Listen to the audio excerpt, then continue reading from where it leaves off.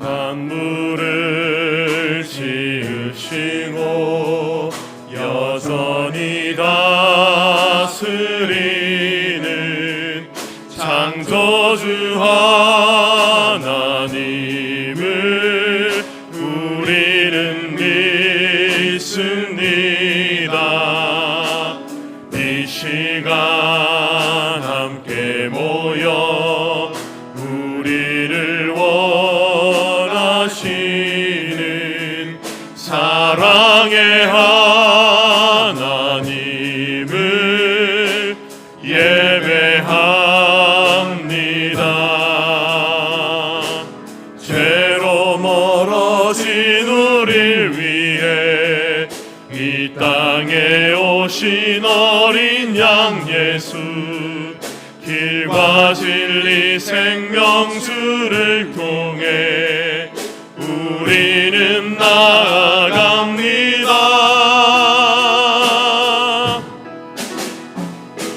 마음의 노래를 들으시는 주님, 두려움에서 지금 일어나 사랑으로 오라 하시네. 우리의 약함을 잘 아시는 주님, 늘 우리와 동행하시며 참 기쁨과 소망 주시는 주를 예배합니다.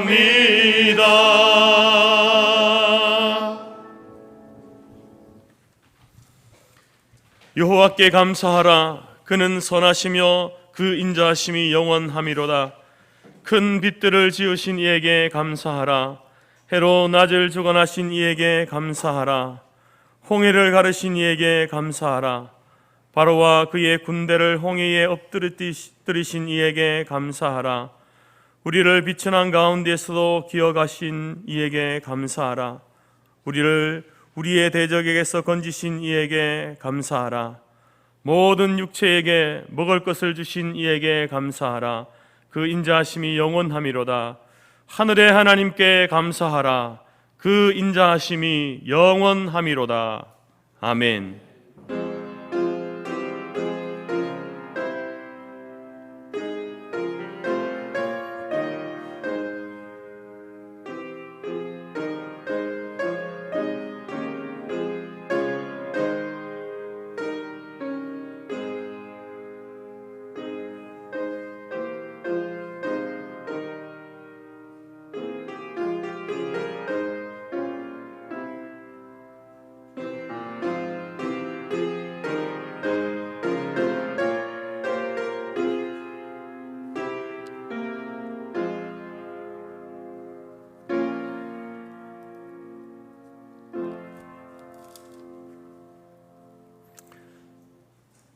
찬송가 68장입니다.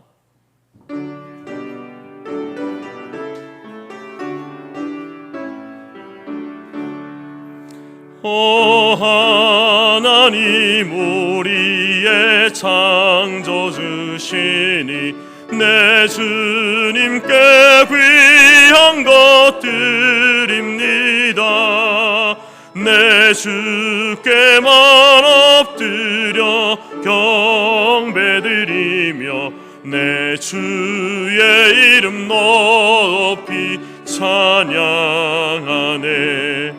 오 하나님, 우리의 대주 되시어 큰 풍랑일 때도 도우셨네. 죽음에서 우리를 구하셨으니 내 주의 이름 높이 찬양하네.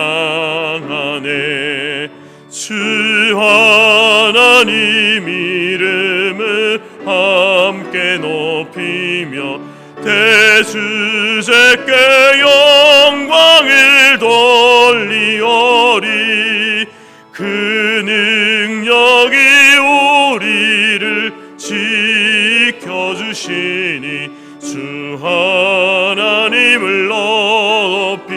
찬양하네. 아멘.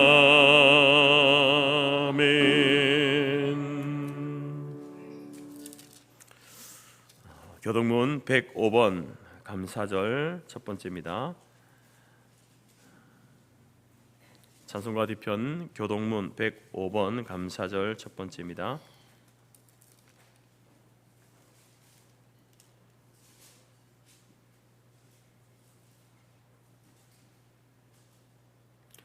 여호와께 감사하라. 그는 선하시며 여호와께 감사하고 그의 이름을 불러아뢰며 그들이 광야 사막길에서 방황하며 거주할 성읍을 찾지 못하고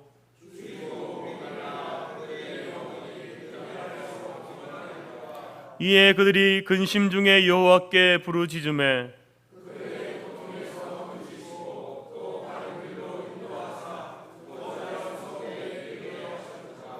여호와의 인자하심과 인생에게 행하신 기적으로 말미암아 그를 찬송할지로다. 그가 사모하는 영혼에게 만족을 주시며 줄인 영혼에게 좋은 것으로 채워주심이로다. 아멘. 사도신경으로 우리의 신앙을 고백합니다. 나는 전능하신 아버지 하나님 천지의 창조주를 믿습니다. 나는 그의 유일하신 아들 우리 주 예수 그리스도를 믿습니다. 그는 성령으로 잉태되어 동정녀 마리아에게서 나시고 본디오 빌라도에게 고난을 받아 십자가에 못 박혀 죽으시고 장사된 지 사흘 만에 죽은 자 가운데서 다시 살아나셨으며 하늘에 오르시어 전능하신 아버지 하나님 우편에 앉아 계시다가 거기로부터 살아있는 자와 죽은 자를 심판하러 오십니다. 나는 성령을 믿으며 거룩한 공교회와 성도의 교제와 죄를 용서받는 것과 몸의 부활과 영생을 믿습니다. 아멘. 자리에 앉으시겠습니다. 588장입니다.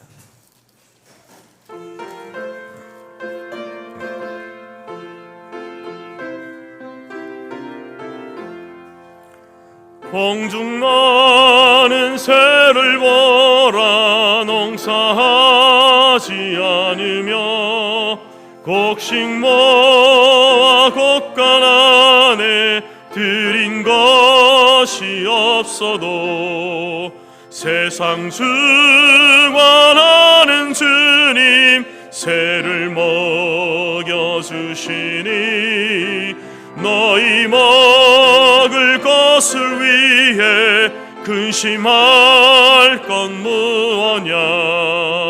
들의 백합화를 보라.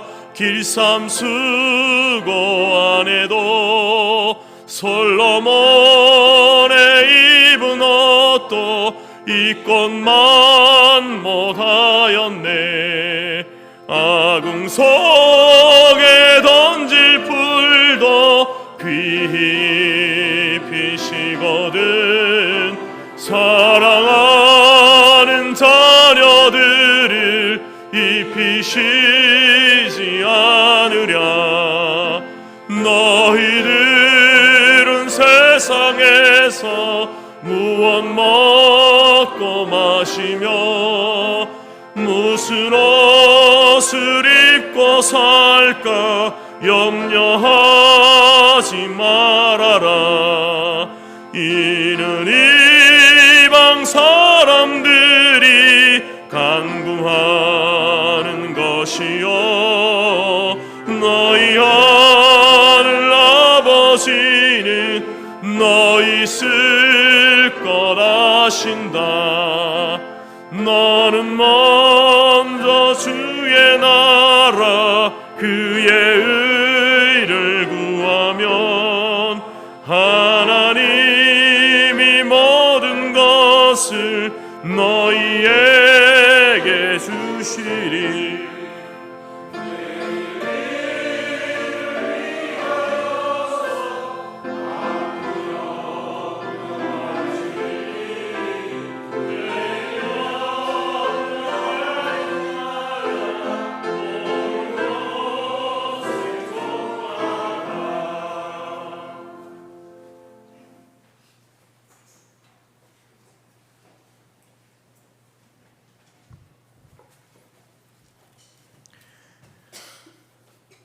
사랑과 긍휼이 풍성하시고 우리의 작은 것도 깊이 살피시는 주님, 이 시간 교회에 모여 주님께 예배드리노니 우리의 예배를 받아주시옵소서.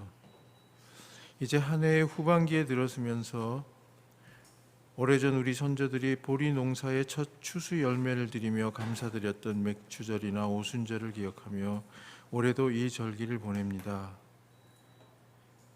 우리 교회가 아프고 가난하고 소외된 자들을 기억하고 돕게 하시며 이 절기를 감사절기로 보낼 수 있도록 하여 주시옵소서. 주님, 작년 여름은 우리 교회에 너무도 아픈 시간들이 있었습니다. 그 아픈 시간을 견딜 힘을 주심을 감사를 드립니다. 또한 이 시간 그 아픔이 치유되고 소망이 피어나게 하여 주심을 믿으며 간절히 기도하옵니다. 인간의 삶과 죽음 그리고 고통과 행복의 시간들이 모두 주님의 섭리 안에 있으니 주님, 우리 공동체가 주님을 알게 하시고 주님의 섭리를 깨달아 영혼의 구원을 얻게 하옵소서. 주님, 세태는 참으로 혼탁하고 어지러우며 가치관이 흔들리고 이단과 사이비 무리들이 죄 없는 영혼들을 꿰고 있습니다. 우리의 젊은이들이 주님을 만나고 창조주 하나님의 존재를 깨달아 인생의 가치관과 참된 행복을 찾게 하옵소서.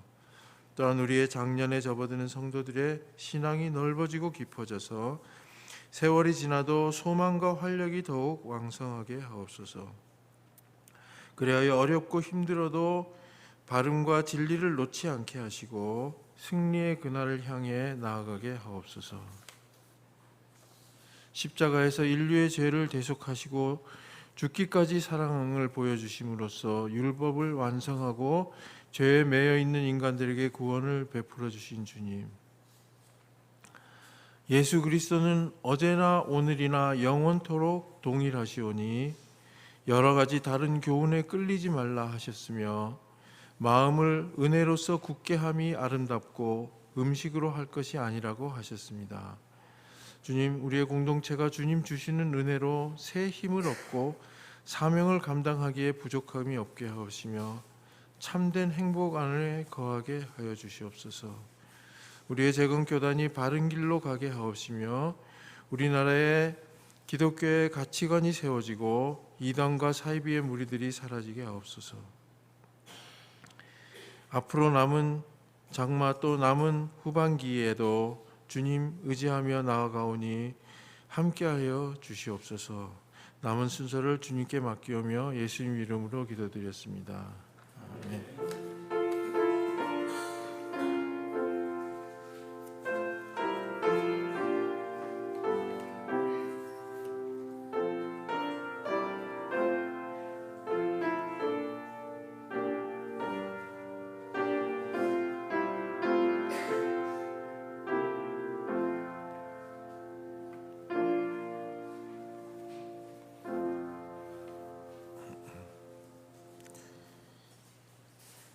교회 소식입니다. 사랑하고 축복합니다.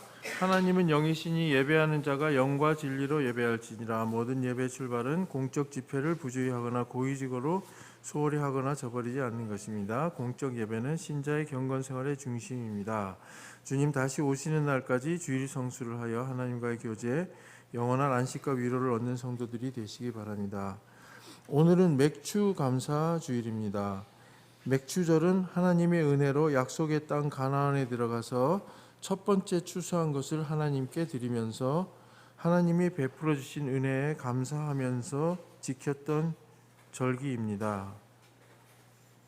또 보리를 수확한 첫 번째 열매, 또 혹은 또 밀을 수확한 첫 번째 열매를 드린 거라고 되어 있더라고요. 그래서 오순절이나 맥추절이 같은 절기인 것 같습니다. 그래서 이때는 특히 가난하고 불우한 이웃들을 우리가 생각하면서 베푸는 그런 절기를 지냈으면 좋겠습니다. 2023년 상반기를 보내면서 하나님께서 개인과 가정에 베푸신 은혜를 헤아려 봅시다. 그리고 우리에게 베푸실 은혜들을 기대합시다.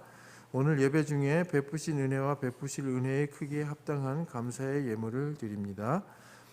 다음 세대 여름 사역을 위해 기도와 후원을 요청합니다. 총회 청년부 2차 리더십 수련회 7월 14일 15일 조치원 홍익대 국제연수원에서 있고요. 총회 청년부 연합 여름 수련회 8월 2일부터 5일까지 조치원 홍익대 국제연수원에서 김수근 목사님 스펙타클 처치라는 주제로 열리겠습니다.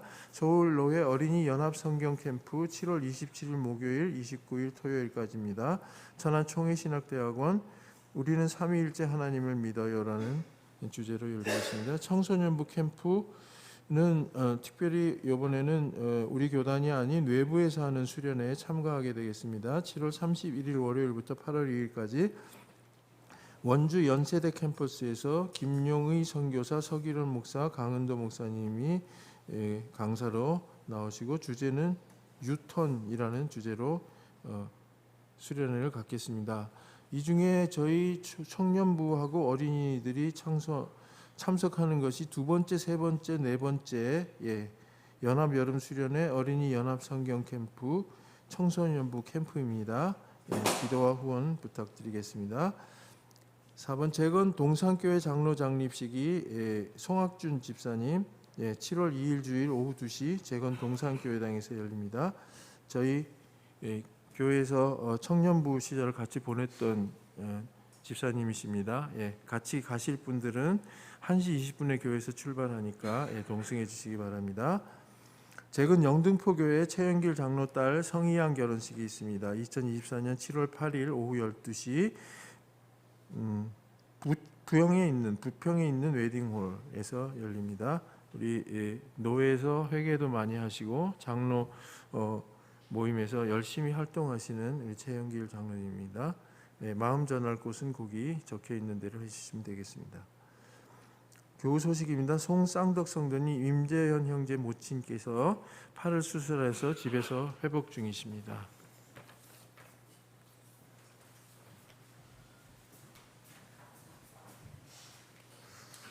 찬송가 66장 찬양하면서 준비한 예물들입니다.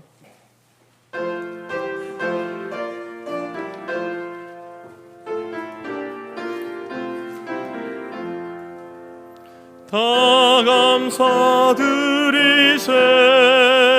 온 마음을 주께 바쳐 그 섭리 놀라워 온 세상 기뻐하네.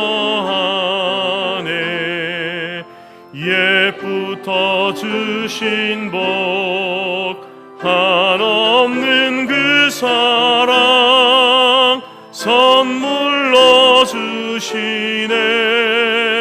이제와 영원히 사랑의 하나님 언제나 함께 계셔. 기쁨과 평화에 복 내려 주옵소서.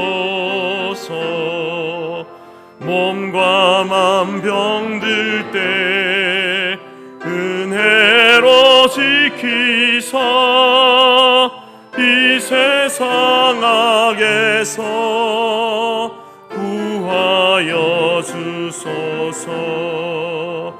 감사와 찬송을 다 주께 드리어라.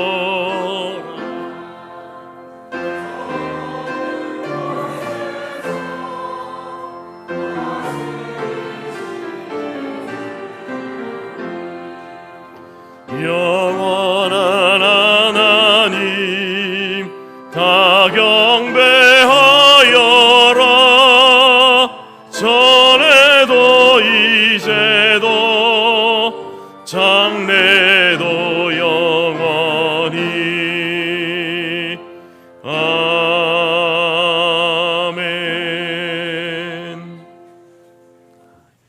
기도하겠습니다. 하나님 아버지 감사합니다. 지난 6개월을 지나오면서 또 우리의 삶의 모든 필요한 것들 하늘의 신령한 복과 은혜들 풍성하게 내려주심으로 하나님의 그 도우심 가운데 또 하루하루 순간순간을 살아오게 하신 것 너무나 감사합니다. 하나님이 이 땅에 지축을 붙들고 계셔서 우리로 하여금 이 땅을 걷게 하시고 또 살아가게 하신 하나님, 우리 한순간도 하나님의 은혜를 잊지 않게 하시고 또 하나님 앞에 감사하는 삶을 살아가는 저희들이 되게 하시고, 특별히 맥주 감사절을 맞이하면서 또 우리에게 주신 은혜와 더불어서 또 하나님께서 베푸신 이웃들을 또 돌아볼 수 있는 넉넉한 마음도 허락하여 주옵소서. 함께 살아가라고 하신 주님, 또 그들의 형편과 사정을 바라보면서 함께 웃고 함께 울라고 하신 주님, 주님의 그 명령 앞에 다시 한번 겸손히 우리 자신을 돌아보며 하나님 앞에, 말씀 앞에 순종함으로 살아가는 저희들이 될 수 있도록 인도하여 주옵소서.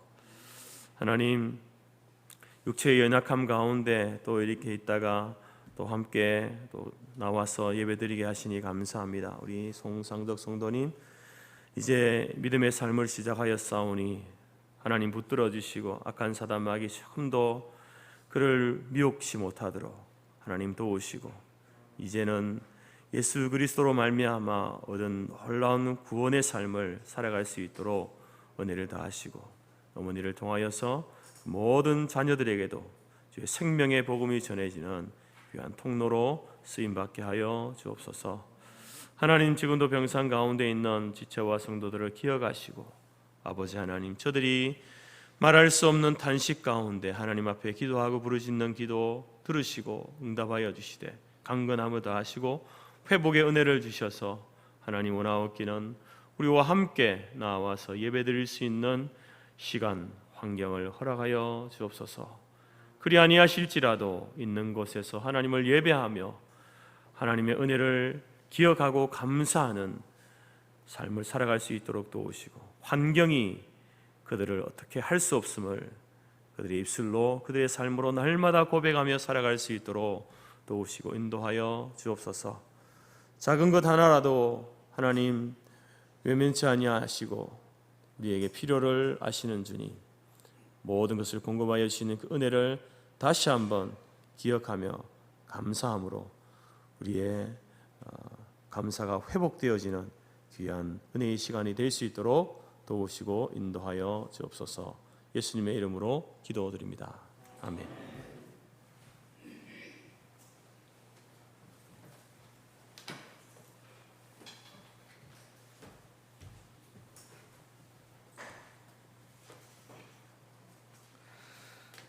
하나님이 우리에게 주신 말씀은 데살로니가전서 5장 16절에서 18절까지이며 신약 334페이지입니다. 앞 화면에도 있습니다. 항상 기뻐하라, 쉬지 말고 기도하라, 범사에 감사하라. 이것이 그리스도 예수 안에서 너희를 향하신 하나님의 뜻이니라. 아멘.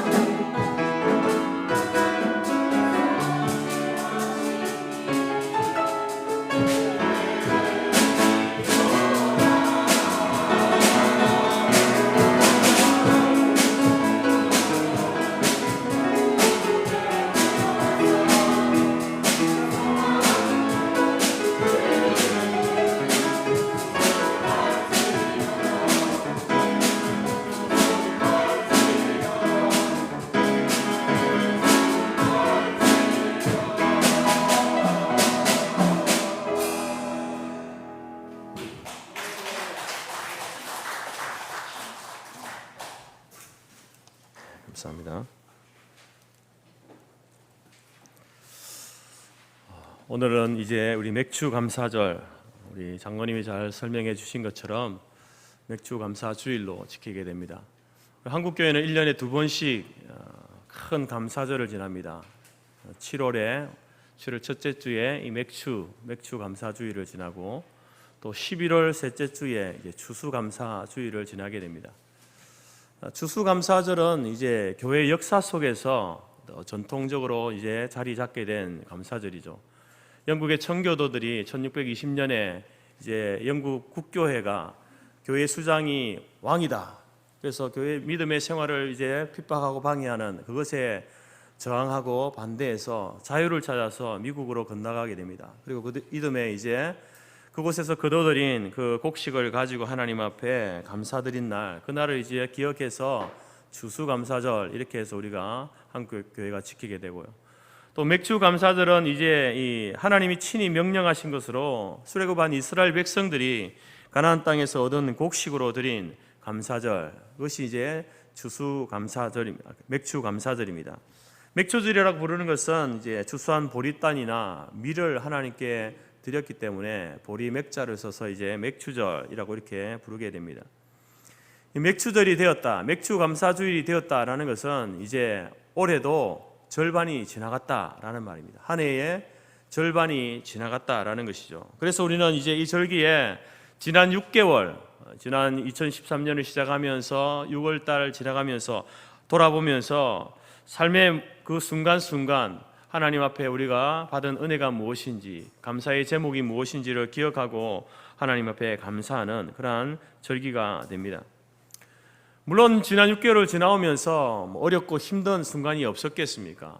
그러나 우리가 지난 시간들을 돌아볼 때에 그 어렵고 힘든 순간을 기억하고 더 힘들어하는 것이 아니라 여러분 그 상황 속에서도 하나님의 도움과 인도함을 발견하고 그 감사의 제목을 찾는 사람들, 그 사람들이 바로 그리스도인이다라는 겁니다. 그래서 이러한 감사는 사실 이제 저절로 되어지는 것은 아닙니다. 우리가 감사를 배워야 하고 또 훈련되어져야 합니다. 서양의 경우는 여러분 사람들이 아주 자그마한 도움을 받아도 하는 말이 땡큐라는 말을 입에 달고 살죠. 그리고 자기가 남에게 자그마한 신뢰를 해도 I'm sorry, excuse me 하면서 이렇게 이런 말을 달고 사는데요. 이런 말을 하루에 50번 이상 하지 않으면 신사숙녀가 아니다 할 정도로 아주 흔하게 사용하는 말입니다.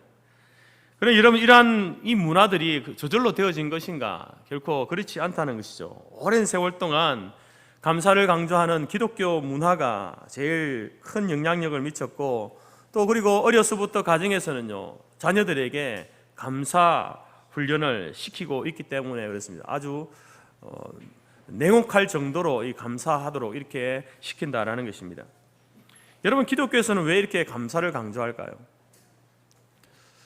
예수를 믿다 보면요 자주 입에서 나오는 말이 감사합니다, 감사합니다 이런 표현을 자주 쓰지 않습니까? 여러분 이 감사 정신은요 내가 항상 다른 사람에게 도움을 받고 있다라는 사고방식에서 나옵니다. 여러분들이 이제 이렇게 하루 일과를 여러분의 하루 일과를 한번 돌이켜 생각해 보시기 바랍니다. 아침에 일어날 때부터 해서 이제 낮을 지나면서 또 저녁에 돌아와서 누워 잘 때까지 다른 사람의 손을 거치지 않고 내게 주어지는 것이 과연 몇이나 되겠는가? 어떻게 보면은 모든 것들이요 다른 사람의 손에 의해서 다른 사람의 손을 거쳐서 내게 오는 것임을 우리가 알게 됩니다. 내가 사용하는 물건 중에 여러분이 직접 만들어서 사용하는 것이 얼마나 됩니까? 다 다른 사람들이 만든 것이고 그것을 우리가 사용하면서 또 편리를 보고 있지 않습니까? 오늘 아침에도 여러분 저도 아침에 일어나서 이제 일어난 그 순간부터 지금까지 보게 되면 아침에 일어나서 칫솔에다가 치약을 짜서 양치질을 하고 컵에 물을 받아서 헹구고 또 이제 샴푸를 짜서 머리 감고 또 세안을 하고 수건으로 닦고 면도를 하고 로션을 바르고 빗질을 하고 옷을 갈아입고 하루 세 끼 먹는 것도 보면은 내가 생산해서 먹는 것이 있습니까? 요즘 채소를 많이 기른다고 하지만 곡식, 채소, 육류 여러분 모두가 남이 수고해서 만든 것들 그리고서로 주어진 것들 아닙니까? 누가 직접 전기를 생산해서 보내줍니까? 수돗물을 누가 만들어서 보내줍니까? 대중교통은 누가 움직이고 도로는 누가 만들고 유지합니까? 눈을 뜨고 살아가는 순간부터 여러분 우리는 다 남에게 신세를 지면서 살고 있다라는 겁니다. 일반 생활도 그렇지만 신앙적인 면도 마찬가지입니다. 누가 우리를 여러분 이 땅에 나게 하셨습니까? 누가 우리를 지으셨습니까? 우리가 밟고 있는 땅은 누구의 것입니까? 우리가 마시는 공기는 누가 공급해 줍니까? 내가 사용하는 모든 것이 하나님의 소유이고 하나님이 우리에게 빌려주신 것이죠. 그래서 여러분 사람들은요, 믿는 사람이나 믿지 않는 사람이나 근본적으로 다른 사람에게 감사하는 마음을 가져야 되고요. 특히 믿는 사람들은요, 다른 사람 타인만 아니라 하나님께 감사하는 마음을 가져야 한다라는 것입니다. 그래서 믿음의 사람들은요, 매 주일마다 하나님 앞에 예배로 나오면서 감사의 예물을 드리는 이유가 여기에 있는 것이죠. 오늘 본문의 말씀은 그리스도인들이 즐겨야 할 3대 경건 생활을 이야기합니다. 그것은 바로 기쁨과 기도와 감사, 기쁨의 생활, 기도의 생활, 감사의 생활이 그리스도인이 중요하게 여겨야 한 경건의 생활입니다. 그런데 오늘 말씀은요, 우리들이 잘 암송하고 있지만 보통으로 기뻐하고 보통으로 감사하는 그런 생활이 아니지 않습니까? 기뻐하는데 어떻게 기뻐하라고 합니까? 항상 기뻐하라. 기도하는데 쉬지 않고 기도하라. 감사하는데 모든 일에 감사해야 된다. 참으로 은혜로운 말씀이지만 그러나 이 말씀대로 살기는요, 어렵습니다. 쉽지 않다라는 것입니다. 범사에 감사라는 말은 무슨 말입니까? 잘된 일, 좋은 일, 기분 좋은 일, 그런 일들에만 감사하는 것이 아니라 어려웠던 일, 슬픈 일, 잘못된 일에도 감사하라. 그래서 모든 일에, 범사에 모든 일에 감사하라는 것이죠. 어떻게 모든 일에 우리가 감사할 수 있습니까? 우리가 여러분 이제 그 삶의 내용을 따라서 감사할 것도 있지만 또 불만족스럽고 불평할 일들도 있지 않겠습니까? 그래서 여러분 사람들은요, 이 말씀에 대해서 100% 수긍하기가, 받아들이기 힘든 겁니다. 그러나 여러분 이 말씀은 누구에게 주신 말씀입니까? 범사에 감사하라는 말씀은요, 믿지 않는 자들에게 주신 말씀이 아니거든요. 믿는 자들에게 주신 겁니다. 믿지 않는 자들은 이 말씀을 보면서 아니 어떻게 범사에 감사할 수 있어? 모든 일에 감사할 수 있어? 불만족스러운 일도 있고 불평할 일도 있고 원망할 일도 있지. 다 어떻게 감사할 수 있나? 감사할 것은 감사해야 되겠지만 그렇지 못한 것은 또 그렇지 못하지 않느냐라고 이렇게 이야기를 하는데, 여러분 이 말씀은요, 예수 믿는 사람에게 주시는 말씀입니다. 믿는 자들은 범사에 감사해야 된다는 거죠. 정말 좋은 말씀이지만 여러분, 우리 믿는 여러분들, 우리들 정말 그렇게 살 수 있습니까? 그렇게 살고 있습니까? 믿는 자라도 여러분 이 말씀에 순종하기란, 실천하기란 힘들다라는 것입니다. 그러나 여러분 오늘 사도 바울은 우리에게 이야기합니다. 왜 우리가 범사에 감사해야 되는가? 이것이 바로 우리를 구원하신, 우리를 향하신 하나님의 뜻이기 때문에, 하나님의 의지이기 때문에, 하나님의 명령이기 때문에 그렇다라는 겁니다. 여러분 우리는 살아가면서 하나님의 뜻이 무엇입니까? 많이 묻지 않습니까? 하나님의 뜻은 선명합니다. 흐리멍텅하지 않습니다. 선명하고 구체적이거든요. 그런데 왜 우리가 하나님의 뜻을 묻습니까? 잊어버리거나 몰라서. 물론 그러면 참 좋겠는데요, 알면서도요 실천하기 힘들거든요. 그래서 자꾸 묻는 거예요. 자꾸 물으면서 뭘 얻고자 합니까? 내 마음에 있는 것을 하나님이 동의해 주시기를 원하는 거죠. 그러나 이런 하나님의 뜻은 무엇입니까? 항상 기뻐하고 쉬지 말고 기도하고 범사에 감사하는 것이 너희를 구원하신, 우리를 향하신 하나님의 뜻이다, 이렇게 말씀하고 있다라는 겁니다. 문제는 무엇입니까? 그러면 말씀대로 모든 일에 감사할 수 있는가? 힘들다라는 것이죠. 여러분 이 하나님의 뜻, 하나님의 의지, 하나님의 명령, 이것을 거역하면요, 그건 죄죠. 그러나 순종하면 복이고 상급이 됩니다. 그렇기 때문에 여러분 이것이 설령 어렵다 하더라도 그렇지 못할 상황이라 할지라도 우리의 반응은 어떠해야 되겠습니까? 구원받은 우리들은 맞습니다. 하나님의 말씀이 옳습니다. 그렇습니다. 제가 따르겠습니다. 이런 결단과 고백이 우리의 중심에 있어야 하는 것이죠. 여러분 성도, 믿는 사람들을 성도라고 하지 않습니까? 저도 성도라는 표현을 참 좋아합니다. 성도, 거룩한 무리라는 말이거든요. 근데 여러분이 성도라는 정의는요, 해석을 하면 거룩한 무리지만 그러나 그것을 정의하면요, 세상과 구별된 자, 세상과 다른 사람, 다른 삶을 사는 사람, 그런 사람을 성도라고 합니다. 하나님께서는요, 감사 생활에 있어서도 성도는 세상과 달라야 한다라고 말하고 있는 겁니다. 세상 사람들은 여러분 어떤 일에 감사합니까? 세상 사람들의 감사 수준은요, 상식선에서 합니다. 상식선에서. 기분 좋은 일, 도움받은 일, 이익이 될 때에, 만족스러울 때에, 건강할 때, 사업이 잘 되고 애들이 잘 자라주고 원하는 학교에 들어가고 좋은 직장에 취업이 되고 할 때에 그들은 감사하죠. 상식적인 감사입니다. 당연히 해야 될 감사입니다. 그런데 세상의 감사는 이 수준을 넘어서기가 어렵다라는 것이죠. 굉장히 감정적이고 계산적입니다. 환경에 좌우되는 감사 아닙니까? 자기 유익을 위한 감사입니다. 그러나 하나님께서 우리 믿는 자들에게 범사에 감사하라라고 할 때는요, 물론 이러한 일들, 우리에게 기쁘고 도움되고 잘 되는 일, 이러한 일들에 우리가 감사해야 되죠. 당연히 감사해야 되는 것입니다. 그 누구보다도 더 크게 감사해야 합니다. 그러나 여러분, 아울러 믿는 자들에게는요, 형편이 어려울 때도 여전히 감사하라는 겁니다. 평소와 다르지 않게, 그 특별한 그 순간에도 평소와 다르지 않게 감사 생활을 이어가라. 이것이 여러분 세상과 차별된 성도의 감사입니다.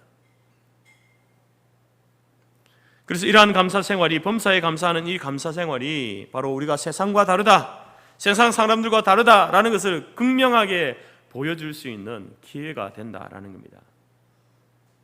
우리가 매주일마다 이제 그 감사의 표현으로 헌금을 드리지 않습니까? 감사 헌금을 드리죠.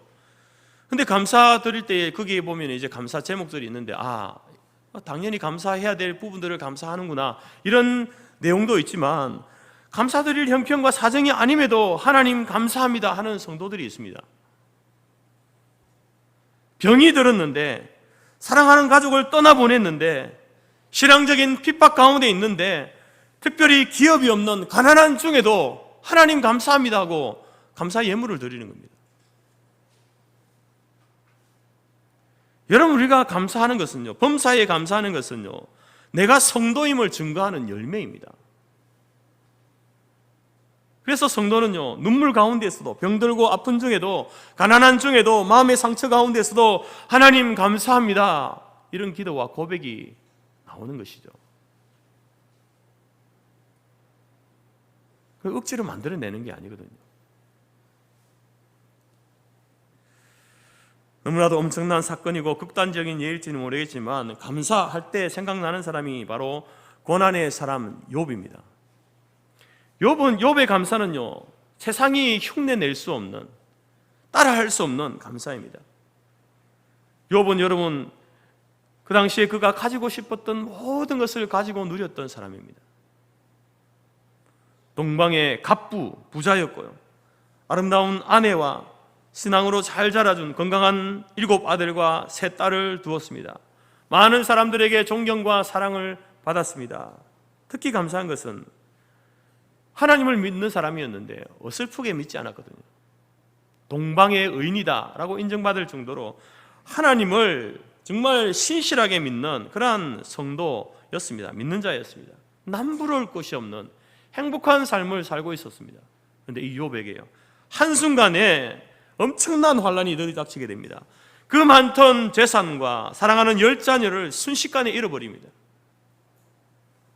아내에게 버림받고, 나중에는 자신의 몸에 몹쓸 피부병이 걸려서 기왓장으로 박박 긁어야만 살 수 있을 정도의 그 처참한 고난을 그가 얻게 되어지는데, 여러분, 이런 처지면은, 여러분이 이런 처지에 있다고 한다면은 사중 고난 아니겠습니까?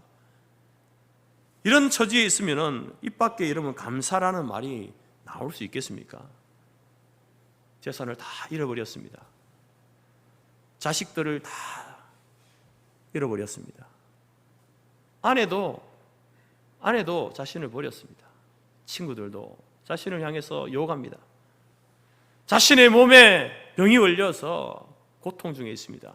그 상황에서 하나님 감사합니다, 이런 말이 나올 수 있습니까? 욥의 아내가 이렇게 말하죠. 차라리 하나님을 저주하고 죽으라고 이렇게 이야기합니다. 온갖 저주의 말들을 쏟아내고 불평의 말들을 쏟아내야 할 그 상황에서 도대체 어떻게 여러분 감사합니다, 이 감사라는 말이 나올 수 있습니까? 여러분, 욥은 달랐습니다. 믿음의 사람이었죠. 그는 이렇게 이야기합니다. 내가 모태에서 알몸으로 나와 싸운즉 또한 알몸으로 그리 돌아갈지라. 주신 이도 여호와시오 거두신 이도 여호와시오니 여호와의 이름이 찬송을 받으실지어다. 이 모든 일에 욥은 범죄하지 아니하고 하나님을 향하여 원망하지 아니했다.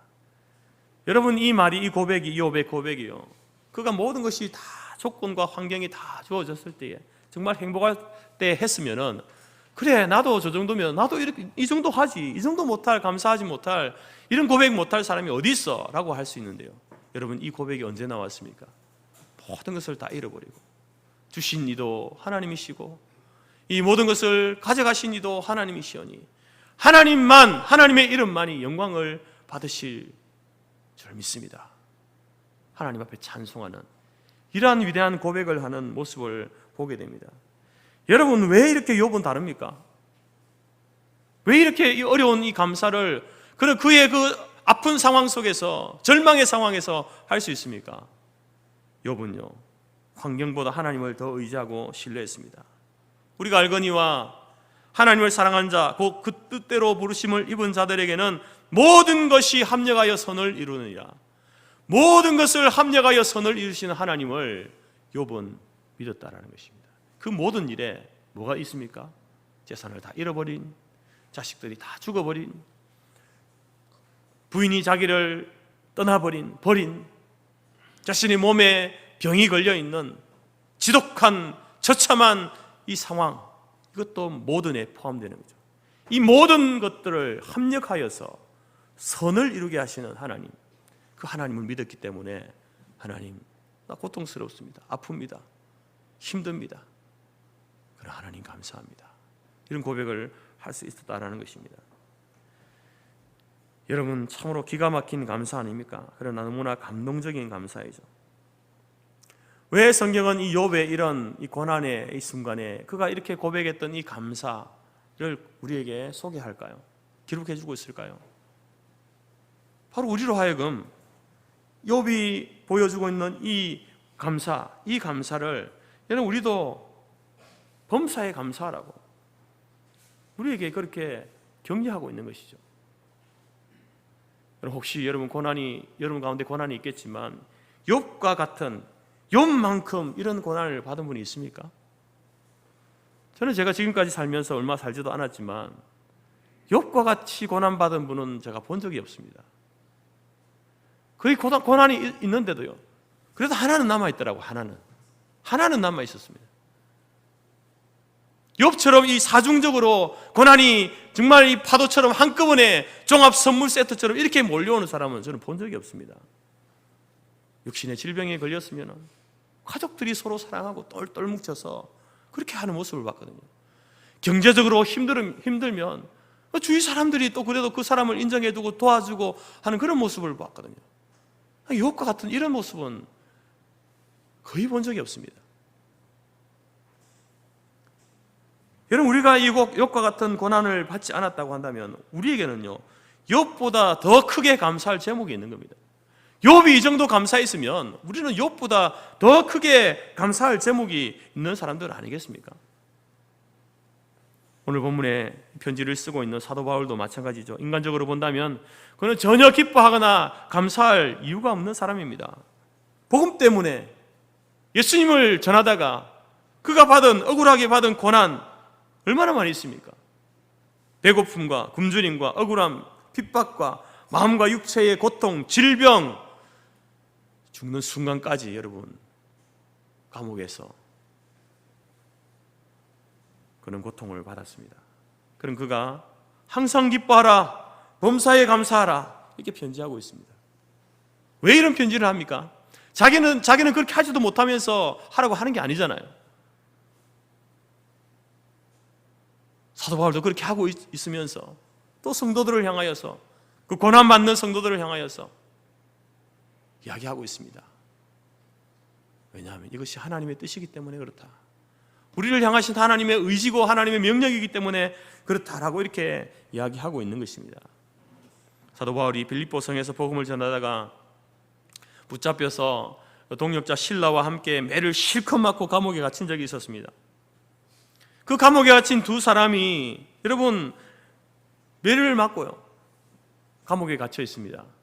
뭐 그냥 이렇게 맞은 게 아니고요, 채찍으로 맞은 거죠. 그 두 사람이 그 감옥에서 하나님을 원망하거나 억울해하거나 낙심하지 않았습니다. 그렇게 매를 맞고 갇혀 있는 그 상황 속에서 하나님 앞에 감사하고 기도합니다. 하나님을 찬미합니다. 감사와 기쁨이 바로 그들의 반응이었습니다. 이것이 바로 여러분 하나님께 대한 우리의 감사의 수준이 되어야 하는 것입니다. 어떤 처지에 있을지라도 감사하라, 감사 제목을 찾아라.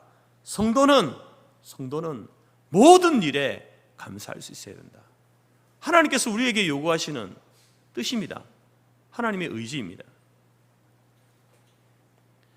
40년 전 여러분 지금의 미얀마죠, 버마에서 있었던 북한의 아웅산 폭발 암산 테러 사건 여러분 기억하십니까? 그때 여러분 14명의 정부 강요와 또 기자 한 분, 수행원 2명이 합쳐서 총 17명이 숨지고 또 14명이 중경상을 입었습니다. 그때 돌아가신 분 중에 대통령 비서실장이었던 한병춘이라는 분이 있는데요, 이분도 그때 이제 목숨을 잃었죠. 그런데 그 집에 17살 된 딸이 있었습니다. 지금의 고등학생 정도 아닙니까? 여고생이죠. 근데 이 학생이 크리스찬이었습니다. 자기 아버지의 그 죽음 앞에 그가 이런 말을 했습니다. 17년 동안 좋은 아버지 주신 하나님께 감사할 따름입니다.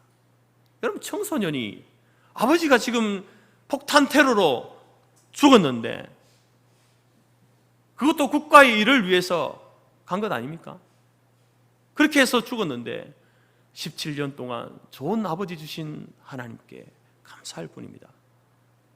어떻게 여러분 청소년이 이런 말을 할 수 있습니까?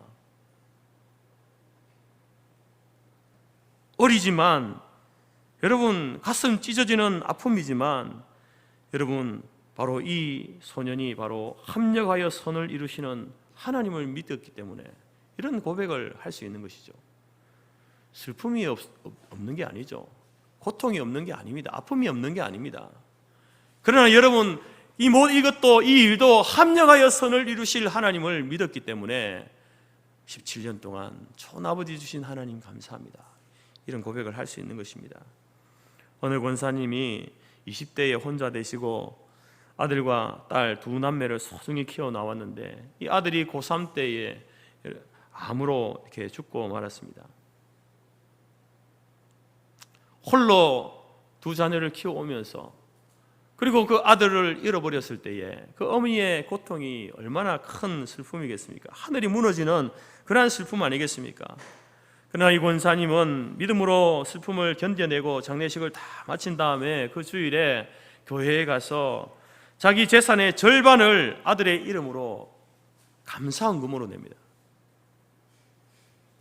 그러면서 성도들에게 감사의 인사말을 이렇게 이야기합니다. 죄악된 세상에서 많은 젊은이들이 타락의 길로 가는데 내 아들은 예수 잘 믿다가 주님 잘 믿을 때에 천국으로 불러가신 하나님 참으로 감사합니다. 이런 고백을 했다는 겁니다.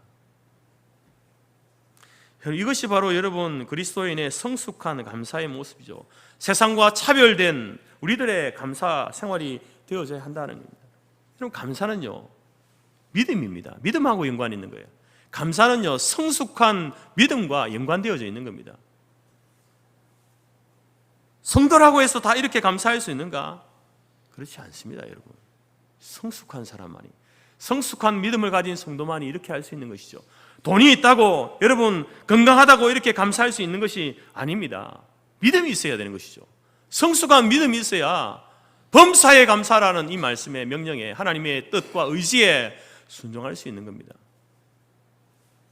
욥도, 사도 바울도, 아버지를 잃었던 그 여학생도, 아들을 잃은 권사님도 다 믿음이 성숙한 분들이죠. 그 믿음의 능력이 바로 범사에 감사하라, 범사에 감사를 가능케 했다라는 것입니다.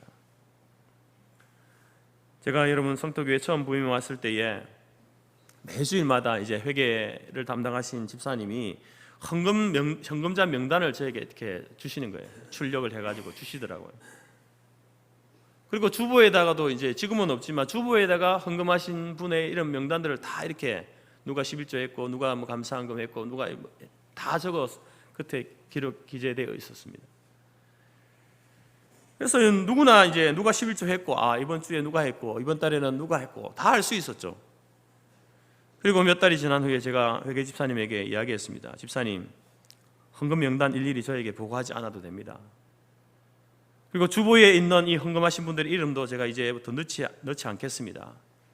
만약에 개인이 내가 한 것이 교회에 잘 헌금되었는지 확인이 필요하시면은 회계 집사님이 직접 확인시켜 주십시오. 그렇게 말씀드렸습니다. 왜 그렇게 했냐면은 여러분, 이 헌금하는 것으로 인하여서 성도들에 대한 선입견을 가지지 않을까 하는 우려 때문에 그렇습니다. 목사도 사람이기 때문에 여러분 이런 잘못된 선입견을 가질 수 있거든요.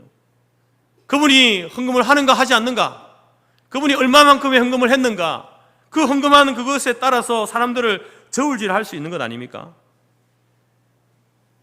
어떤 분들은 이렇게 말하더라고요. 목사님, 그래도 목사님이 교회 우리 담임 목사님이고 당회장인데 성도들이 헌금 생활을 제대로 하는지 안 하는지 이렇게 잘 살펴야 되지 않습니까? 챙겨야 되지 않겠습니까? 이렇게 말씀하시는 분도 있었지만, 일면 맞는 말도 있지만 그러나 그렇게 하는 것은 득보다 실이 더 많겠다 싶어서 지금도 여러분 저는 누가 헌금했는지 모릅니다. 얼마 했는지 모릅니다. 그러나 여러분, 감사 헌금 봉투만은요 매주 꼭 챙깁니다. 우리 장로님이 이제 헌금 개수 다 하고 정리 다 하고 나서 마지막 저에게 이제 감사 헌금 봉투 이렇게 탁 주시거든요. 빈 봉투입니다. 현금이 들어있는 게 아니고요. 뭐 제가 누가 얼마 했고 그것 알고 싶어서 받는 것이 아니라요, 그 감사 헌금 봉투에 적힌 내용이 궁금하기 때문에 그렇습니다. 감사헌금 내실 때 대개 감사 제목 이런 제목을 쓰죠. 생일이 되어서 감사합니다. 결혼기념이 되어서 감사합니다. 자녀가 학교에서 반장으로 선출되어서 감사합니다. 집이 팔리고 전세가 나가서 감사합니다. 건강검진했는데 감사합니다. 퇴원했는데 감사합니다. 이런 내용들이 다 적혀 있습니다. 그런 내용을 보면 이 집사님이 한 주간 동안 이런 일이 있었구나, 이런 어려운 일이 있었구나, 이런 감사한 일이 있었구나, 이제 성도의 그 상황과 삶을 알 수 있고 그것을 가지고 또 성도와 가정을 위해서, 개인을 위해서 기도할 수 있고 또 필요에 따라 이제 신방도 할 수 있기 때문에 그렇습니다. 요즘 이제 코로나 이후에 저희 교회에서는요 많게는 한 70명 정도 1, 2부 예배 이렇게 예배를 드립니다. 그래서 매주마다 이제 감사헌금 하신 분들의 봉투를 받죠. 그런데 여러분, 그 감사헌금의 봉투가 몇 개인지 아십니까? 우리 교회에 출석하는 성도의 10%입니다. 그걸 보면서 물론 무기명으로 하시는 분이 있죠. 무기명으로 하시는 분 포함하면은 얼마 될지 모르겠습니다만, 그걸 보면서 우리 성도님들이 한 주간을 살면서 이렇게 감사할 게 없나, 이런 생각을 하는 겁니다. 여러분, 우리는 그냥 일상적인 삶을 살 때, 일상생활에서 우리가 살아오면서 보이는 것이 다 감사 제목 아닙니까? 내가 한 주간 동안 건강하게 지내왔습니다. 감사 제목 아닙니까, 여러분? 꼭 내가 병원에 들어 누워서 아파봐야 그때 건강한 그것이 참 감사한 일이었구나, 아시겠습니까? 아내와 남편과 자녀를 주신 것, 직장과 기업과 생업을 주시고 교회 생활과 구원의 은혜를 주신 것, 여러분 사방에 여러분 감사 제목이 널리고 널렸습니다. 그럼에도 불구하고 우리의 감사 생활은요, 턱도 없이 부족한 것이죠. 왜 그렇습니까? 왜 그럴까요?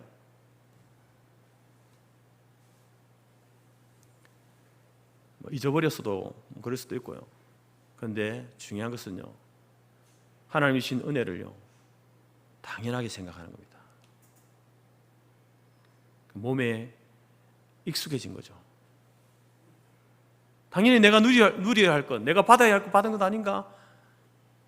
이렇게 생각하는 그 마음이 우리 가운데 있는 것 아니겠습니까?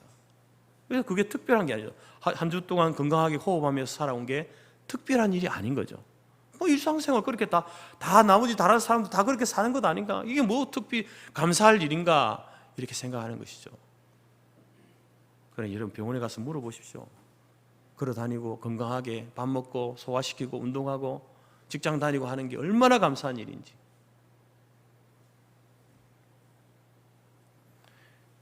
감사해야 될 성도들이 그렇게 하지 못해서 나온 재미있는 이야기가 있는데요, 두 가지가 있는데 소개하겠습니다. 한 번은요, 하나님이 천사를 부르셨습니다. 천사에게 두 개의 바구니를 주면서 하나의 바구니에는 인간들이 나에게 간구하는 기도 제목을 담아서 오고, 하나의 바구니에는 사람들이 나에게 나와서 여호와께 드리는 그 감사를 받아서 오라, 이렇게 이제 명령을 내렸어요. 그 천사가 이제 땅으로 내려와서 이제 기도의 간구를 담은 바구니는요 금방 차는 거예요. 가득 차는 겁니다. 그런데 감사를 담는 바구니는 아무리 애를 써도 채울 수가 없는 거죠. 채우다가 다 채우지 못하고 하나님께로 가게 되었다는 이야기입니다. 또 하나의 이야기는 어떤 사람이 꿈을 꿨는데 천사의 안내를 받아서 하늘나라 창고를 구경하게 되었습니다. 창고. 한 창고 보니까 텅텅 비어 있는 거예요. 그래서 이제 왜 이 창고는 하늘나라 창고가 가득 차 있어야 되는데 왜 이렇게 비어 있습니까? 라고 물으니까 천사가 말하기를, 이 창고는 땅 위에 있는 사람들이 하나님께 간구한 기도의 응답으로 이 창고에 들어있던 온갖 하늘 보화들을 다 내어주었기 때문에 텅텅 비어 있습니다. 이렇게 이야기하고. 근데 다른 창고에 가보니까 거기는 창고가 가득 차 있는 거예요. 그럼 여기는 왜 가득 차 있습니까? 라고 물어보니까 천사가, 이 창고는 하나님께 감사드리는 사람들을 위해서 예비해 놓은 것인데 하나님께 감사하는 사람이 너무나 적어서 이렇게 아직까지 이 하나님이 주실 그 보화, 감사의 보화들이 남아있다라고 이렇게 이야기하는 겁니다. 지어낸 이야기겠죠, 그죠? 평범한 이야기지만 전국을 찌르는 교훈 아닙니까? 감사를 잊은 채 혹은 알고 있으면서도 은혜를 당연하게 여기면서 감사 생활 제대로 하지 않는 우리들에게 주는 경고성 메시지입니다. 여러분, 감사의 생활은요 신앙의 정도를 저울질하는 기준입니다. 그분이 감사 생활을 하느냐 하지 않느냐, 그것을 보면요 그분의 신앙의 수준을 알 수 있는 거예요. 뭐 경제적으로 소유가 많다고 해서, 가진 것이 많다고 해서 감사하는 게 아니거든요. 다시 말해서 여러분, 감사는요 신앙의 성숙감에서 옵니다. 믿음의 성숙감에서 오는 거죠. 오늘 맥주 감사절입니다. 일상의 감사, 매주일마다 하는 감사에 맥주절은요 특별하게 하나님 앞에 감사하는 절입니다.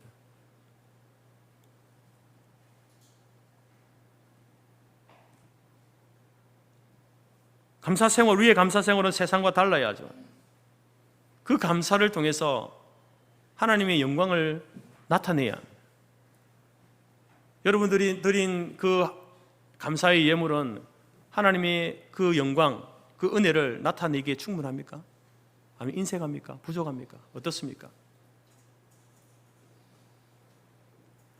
여러분, 우리는 매주마다 하나님 감사합니다, 일주일 동안 이런저런 그런 은혜를 주시고 또 살게 하신 것 감사합니다, 이런 시간들을 통해서 여러분 감사 훈련을 하셔야 되는 겁니다.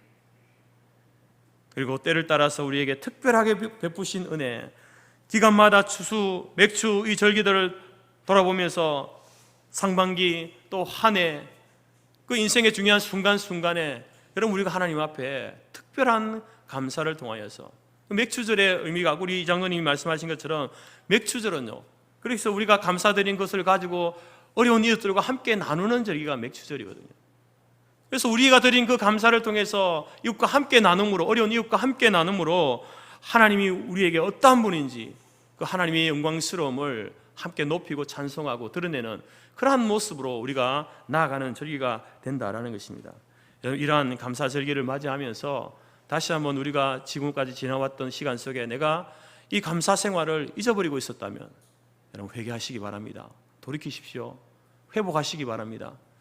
내게 베푸신 그 은혜의 크기만큼, 여러분 그 분량만큼 우리의 감사도 그만큼 하나님 앞에 감사하는 삶을 살아갈 수 있기를 바랍니다.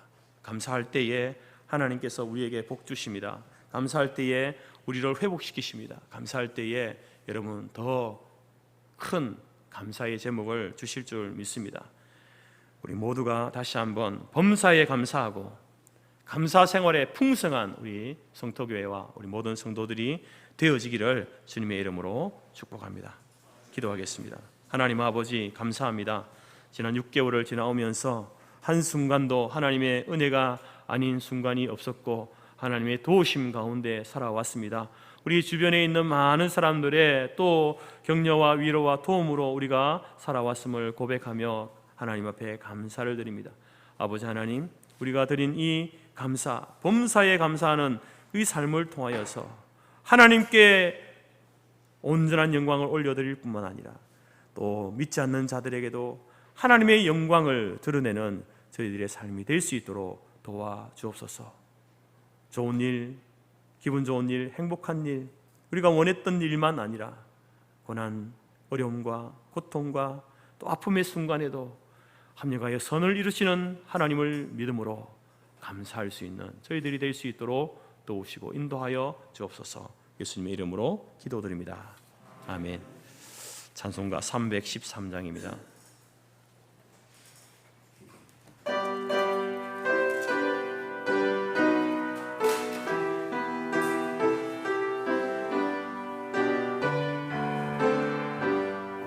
내 임금 예수 내 주여 이 죄인이 주님 앞에 한없는 은혜 받고서 내 생명 모두 드리오니 그 풍성하신 은총을 주 내게 내려 주소서.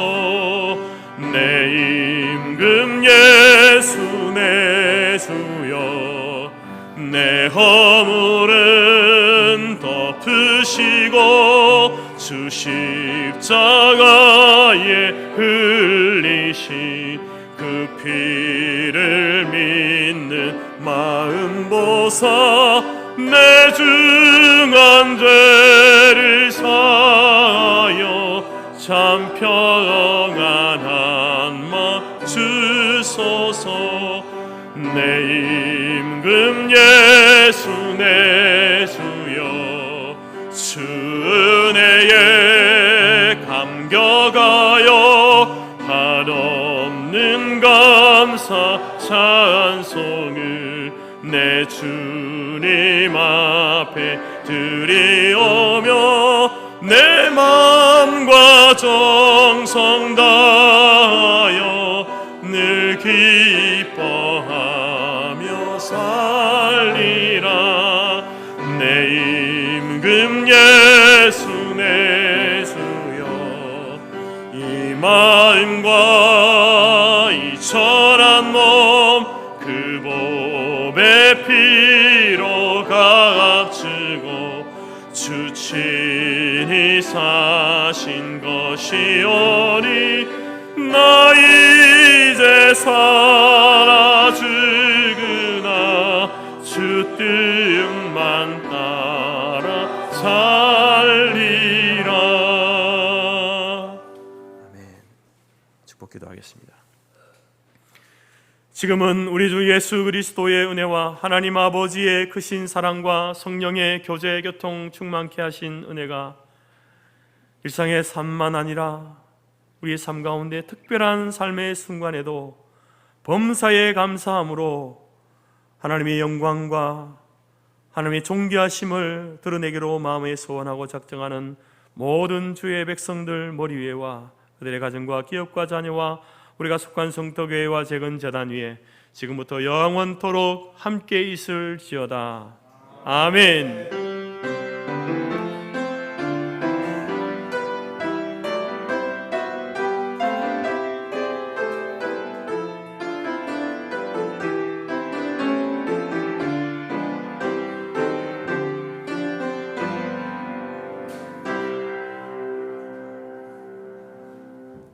감사합니다. 예배를 마쳤습니다. 내려가셔서 또 식사 교제 나누시기 바랍니다.